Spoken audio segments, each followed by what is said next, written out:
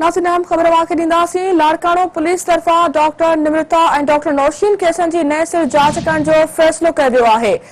DNA report में doctor Nausheen ऐं doctor निमृता जे कपड़नि मां हिक ई मर्द जा जुज़ा मिलण जे इंकशाफ खां पोइ इंतज़ामिया में थरथलो मची वियो आहे। पुलिस हॉस्टल जे समूरनि मर्दनि, वार्डन ऐं प्रोवेस्ट जा DNA नमूना वठण जो फ़ैसिलो करे छॾियो आहे। अहम ख़बर नाज़रीन अवां सां शेयर कंदा हलूं पिया। लाड़काणो पुलिस तरफ़ां डॉक्टर निमृता ऐं डॉक्टर नौशीन केसनि जी नए सिर जांच करण जो फ़ैसिलो कयो वियो आहे।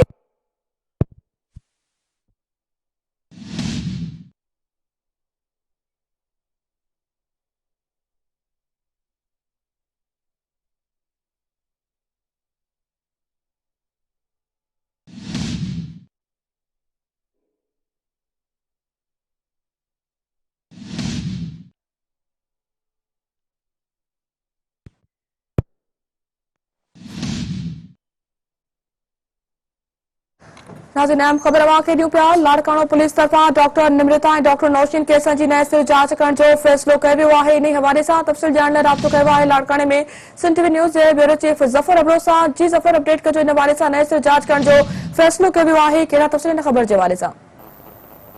जी बिल्कुल ही चांडका मेडिकल कॉलेज में डॉक्टर नौशीन काज़मी जो लाश आयो हॉस्टल में उन खां पोइ जेको आहे उन मामले की जेका मुख़्तलिफ़ रुखनि खां जांच भी थी ऐं उनजी जेका आहे जेका पोस्टमार्टम रिपोर्ट भी थी ऐं उन में जेके मुख़्तलिफ़ जुज़ा वरिता विया हुआ या उनजे कपिड़नि मां जेके जुज़ा वरिता विया हुआ उन्हनि जी जेका फॉरेंसिक ऐं माइक्रोबायोलॉजिकल जेका रिपोर्ट आहे उहा जेका आहे ऐं उन में जेको आहे सो इहो इंकशाफ थियो आहे हुन सां जेको आहे सो जिनसी ज्यादती थी आहे।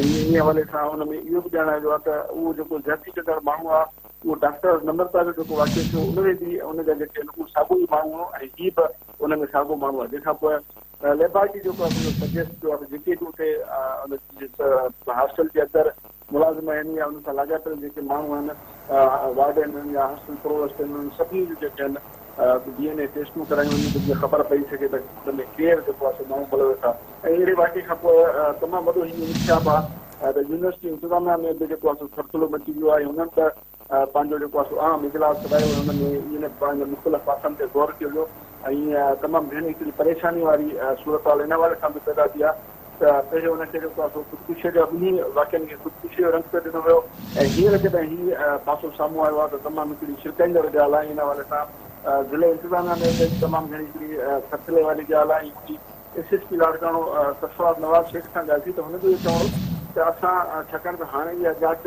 पाण नथा करे सघूं हिन जे करे जो इहो जेको मथां फ़ैसिलो थियो ऐं सेशन जज वटि जेको आहे हिनखे मोकिलियो वियो जुडिशल कमीशन जोड़े हुनखे इंक्वायरी जे लाइ। सो हुन में वरी हुन जेको आहे 6 एडिशनल सेशन जज खे मुक़ररु कयो आहे इंक्वायरी ऑफिसर ऐं उहो जेको आहे हिन सॼे मामले जी जांच कंदो।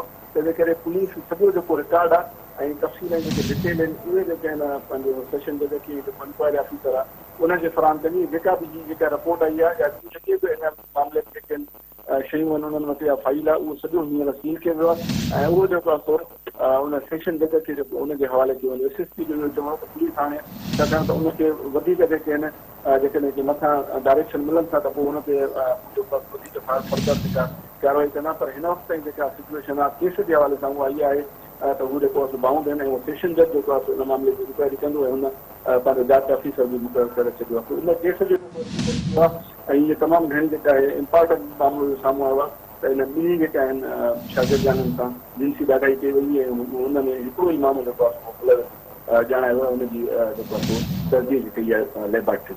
जी ठीक है ज़फ़र, अपडेट करण जे लाइ महिरबानी अवां जी। नाज़रीन अवां खे ॿुधायूं पिया त पुलिस हॉस्टल जे समूरनि मर्दनि, वार्डन ऐं प्रोवेस्ट जा DNA नमूना वठण जो फ़ैसिलो करे छॾियो आहे।